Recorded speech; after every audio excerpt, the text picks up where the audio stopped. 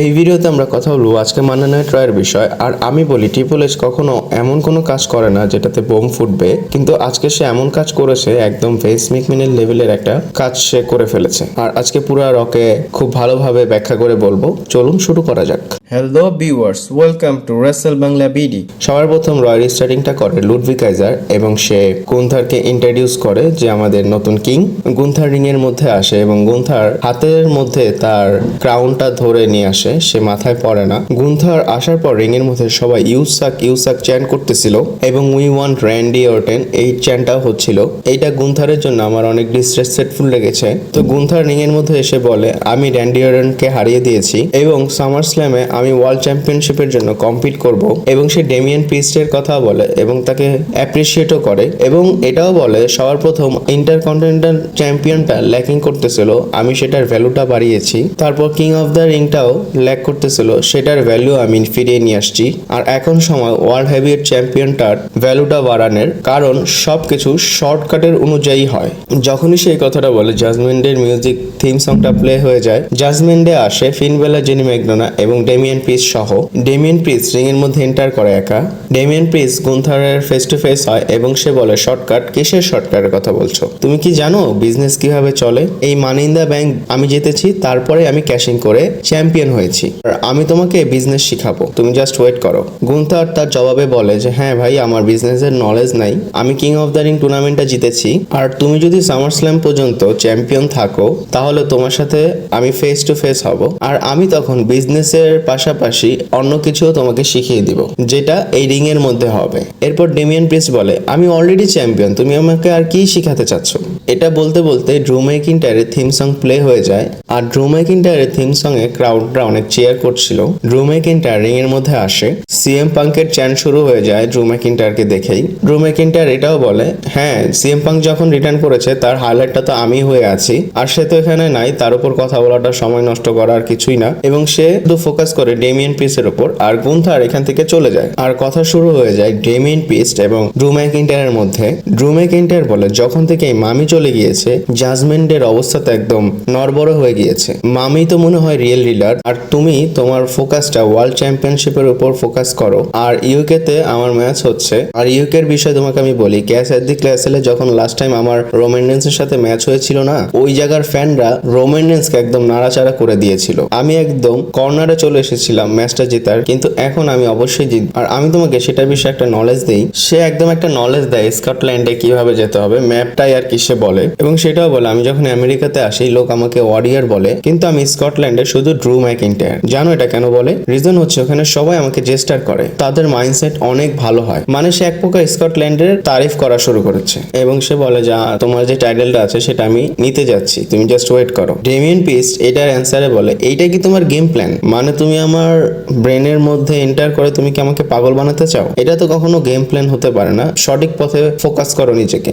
এবং সে ড্রু ম্যাকিন্টায়ারকে বলে তোমার ওয়াইফ কি সেখানে থাকবে? এবং ড্রু ম্যাকিন্টায়ার অনেক রাগ হয়ে যায়। এর মধ্যে ব্রন স্ট্রোম্যানের মিউজিক থিম সং প্লে হয়ে যায়। এরপরে সে ডেমিয়ান প্রিস্টের একটু সামনাসামনি হয়, আর তারপরেই জেডি ম্যাকডোনা এবং ব্রন স্ট্রোম্যানের মধ্যে ম্যাচটা শুরু হয়ে যায়। আর এই ম্যাচটা আমার কাছে আগের ম্যাচের মতো মনে হচ্ছিল যখন ব্রন স্ট্রোম্যান প্রথম এসেছে, মানে ছোট সাইজ ভার্সেস বড় সাইজের মধ্যে একটা match.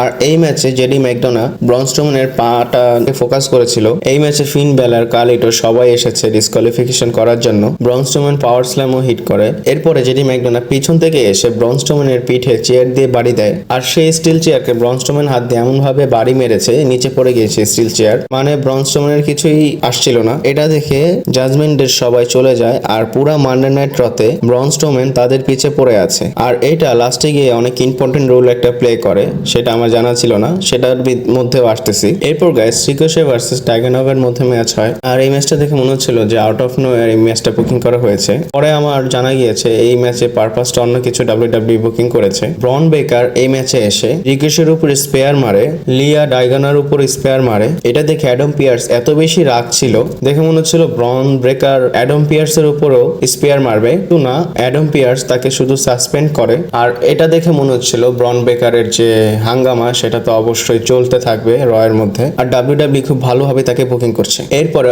Authors of pain versus creed brothers মধ্যে ম্যাচ হয়। এই ম্যাচের মধ্যে স্কারলেট এলভিনায়ারের উপর অ্যাটাক করে দেয়, আর এওপি এই ম্যাচে ইন্ডে ফিনিশার মেরে এই ম্যাচটা জিতে যায়। এরপরে শেমাস রিং এর মধ্যে আসে, সে বলে ক্রাউডদের কিং অফ দ্য রিং কেমন ছিল। এরপর সে ব্যাঙ্গার আফটার ব্যাঙ্গার এই কথাটাও বলে, এবং সে বলে আমি কিং অফ দ্য রিং এ ছিলাম না, কিন্তু আমি এখন এখানে এসেছি। এটা বলতে বলতে টাইটেনটনে লুডভিগ কাইজার চলে আসে, সেখান থেকে তার বক বক শুরু করে দেয়। সে বলে যে তুমি সবসময় নিজের লসটাকে অন্যের উপর চাপাই দিতে চাও, তুমি সবসময় মানুষদের ব্লেম করো। আর এটা দেখে শেমাস রাগ হয়ে বলে যে তাকে তো একদম মারা উচিত এখন, এবং তাদের মধ্যে ব্রল শুরু হয়ে যায়। তারা মারামারি করতে করতে ব্যাকস্টেজ থেকেই এরিনা যে জায়গাটা সেখানে চলে আসে, আর নেক্সট উইকের জন্য এদের ম্যাচ ডাব্লিউডাব্লিউ বুক করে দিয়েছে। এরপরে ম্যাচ হয় লাইলা বারকিলি ভার্সেস কাইরি সিনের মধ্যে, আর এই ম্যাচটা লাইলা বারকিলের জন্য জিতা অনেক জরুরি ছিল, কারণ সে ফাইনালে হেরে গিয়েছে এবং সেই ম্যাচটা জিতে যায়। কিন্তু ব্যাকস্টেজ থেকে একটা সেগমেন্ট ছিল, দেখা যাচ্ছিল ইয়ো স্কাই রাগারাগি করতেছে এবং একটু পাগলের মতো করতেছে। তার আশেপাশে টেবিল ছিল সেটা ভেঙে ফেলে, লাইট ছিল সেটাও ভেঙে ফেলে। এটা দেখে মনে হচ্ছিল ড্যামেজ কন্ট্রোলের মধ্যে কিছু একটা হতে যাচ্ছে।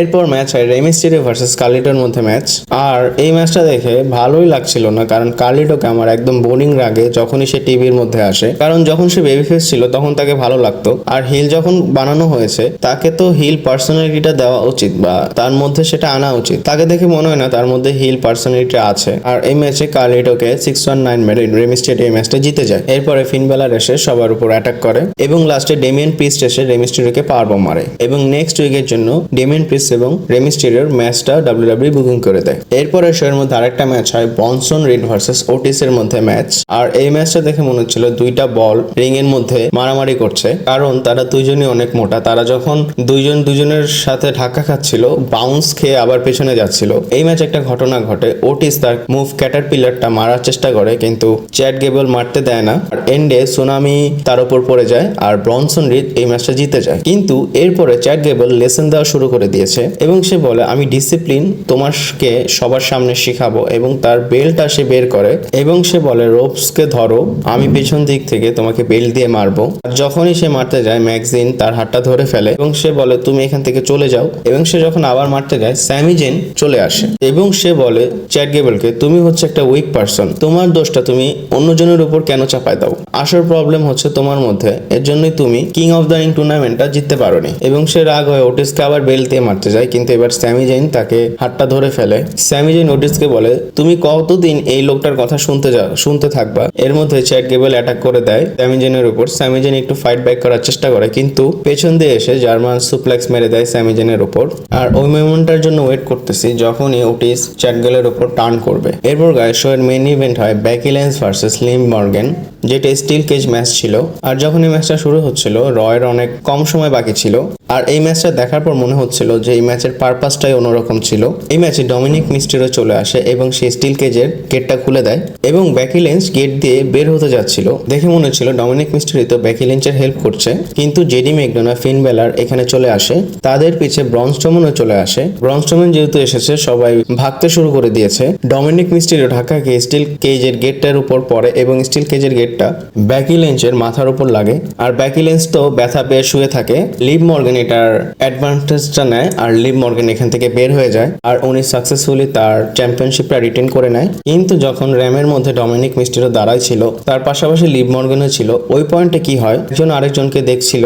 এরপরে লিভ মর্গান ডমিনিক মিস্টেরিওকে কিস করে ফেলে। আর আমি যেটা বললাম, কিন্তু যে প্যাশনটা ছিল লিভ মর্গানের বেশি ছিল, কারণ ডমিনিক মিস্টেরিও শুধু দাঁড়াই ছিল। আর এটার পর ইন্টারনেটে অনেক এই মোমেন্টটা ভাইরাল হয়েছে, আর এটা বলা হচ্ছে রিয়া রিপ্লি এটার উপর কিভাবে রিয়েক্ট করবে। আর আমি তো আপনাদের বলেছিলাম এই হিস্টোরিটা হবে, জাস্ট ওয়েট করা লাগবে। আর আজকে ডাব্লিউডাব্লিউ সেই জিনিসটা করেছে, আর তাদের মাধ্যমেই রটা শেষ হয়ে যায়। আজকের ভিডিওটা এই পর্যন্তই ছিল। ভালো লাগলে লাইক কমেন্ট শেয়ার করবেন। পরবর্তী ভিডিওতে আবার দেখা হচ্ছে।